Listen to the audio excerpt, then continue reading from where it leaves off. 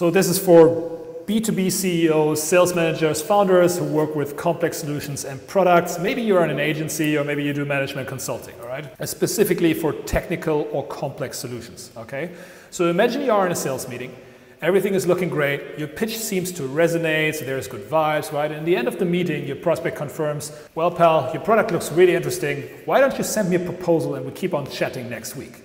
And yes, you are excited. You feel accomplished. You smile like you leave the call with a sense of an achievement, okay? And the next day you wake up early. You want to create this kick-ass proposal specifically for their needs, right? You go above and beyond. You send your slide deck to colleagues for review. Everything is spotless. And you even make it to send it out before noon on that Friday, right? There are high fives in the office. You have a beer after work. You reward yourself for the stellar job done. You feel accomplished, okay? That deal is totally going to come. It must come, okay? So you start on Monday and you open your email inbox to close that thing. You're already awaiting the feedback, right? But then in your email, nothing.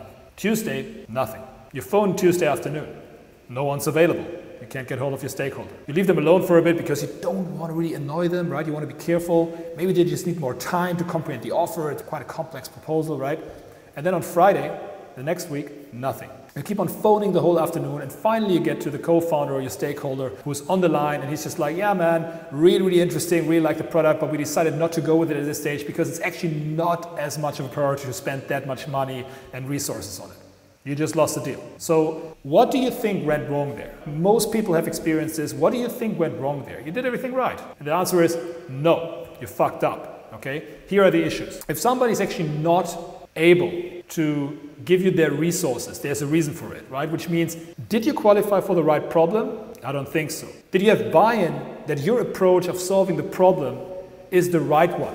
Maybe, but it wasn't enough, right? Did you have an offer buy-in?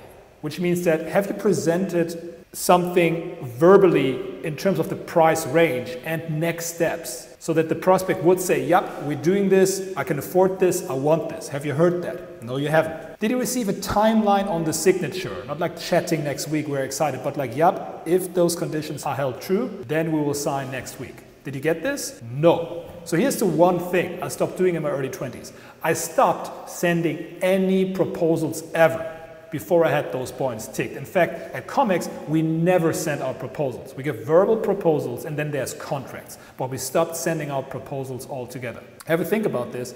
If you ever hear again, yeah, cool, send me a proposal and let's chat on later, you already lost the deal. So what can you do instead? What can you do to not lose that deal? It's very simple. Just be open about it. Don't hold back with your proposal. Put your proposal on the table verbally, get the confirmation on the resources that are necessary to go into business with you, the pricing that is necessary to go into business with you, and get a clear timeline in that meeting.